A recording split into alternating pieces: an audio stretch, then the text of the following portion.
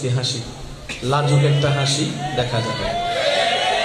প্রশংসা এমন পাওয়ারফুল শক্তি, আপনি যদি অবুঝ প্রাণীকেও প্রশংসা করেন মায়া দিয়ে, ওই প্রাণীটাও আপনার বশ মানতে বাধ্য। প্রাণীরা মায়া বুঝে কি বুঝে না, ভালোবাসা বুঝে কি বুঝে না? যদি আপনি তাদের সাথে মায়া ভালোবাসা দিয়ে কথা বলতে থাকেন, এক সময় সে বোবা প্রাণীও আপনার কথা বুঝতে শুরু করবে, আপনার ভাষা বুঝতে শুরু করবে। এরকম হাজার প্রমাণ এখন অনলাইন ভিডিওর মধ্যে অহরহ আছে। কুকুরকে যখন কিছু বলে, মানুষের মতো কথা বলে, কুকুরও সেই কাজটা করে তার মুনিব তাকে যে আদেশটা দিয়েছে। কিন্তু কুকুর কখনো বিদ্যালয় গিয়ে সার্টিফিকেট অর্জন করে পড়ালেখা করে। পৃথিবীর সৃষ্টিতে প্রশংসার একটা বড় চাহিদা আছে। নবী রাহমাতুল্লিল আলামিন বলছেন, কেউ যেন কারোর সামনে প্রশংসা না করে।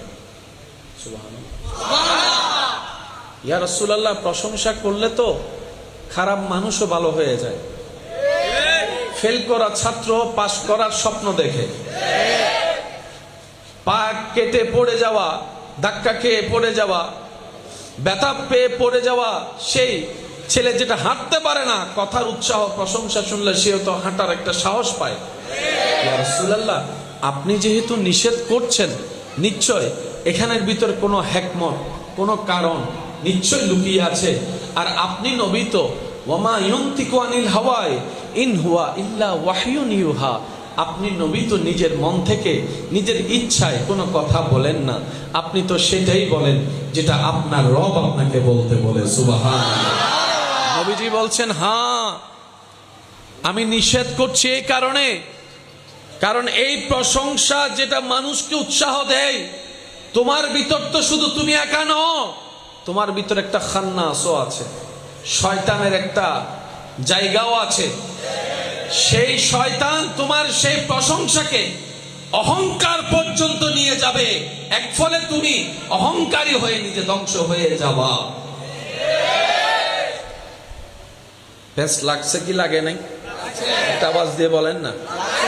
প্রশংসা করার অনুমতিও আছে, আবার প্রশংসা না করার জন্য বাধাও।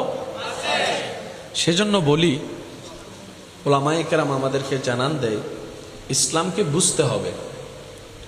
ইসলাম যত বুঝার জায়গায় যাবে, তত আমাদের সবার জীবন সুন্দর হয়ে যাবে। বলেন সুবহানাল্লাহ।